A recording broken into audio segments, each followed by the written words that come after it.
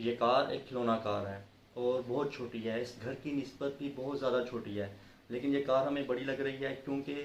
اس کو دیکھنے کا جو اینگل ہے وہ نزدیک سے ہے۔ جیسے ہم اس کو نزدیک سے دیکھ رہے ہیں تو یہ کار ہمیں بڑی لگ رہی ہے۔ ایسے ہی ہماری اصل زندگی میں ہوتا ہے،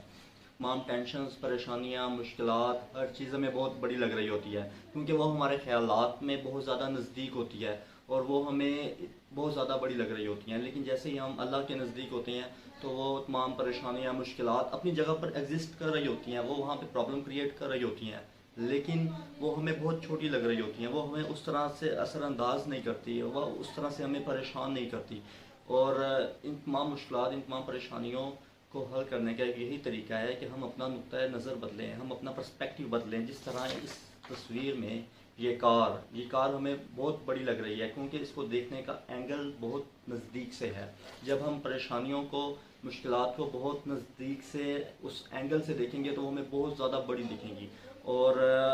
جیسے ہی ہم اپنا نقطۂ نظر بدلیں گے ہم سلوشن کی طرف جائیں گے، ہم حل کی طرف جائیں گے، اور تو ہمیں یہ تمام پریشانیاں، مشکلات جو ہیں وہ بہت زیادہ چھوٹی دکھنا شروع ہو جائیں گی۔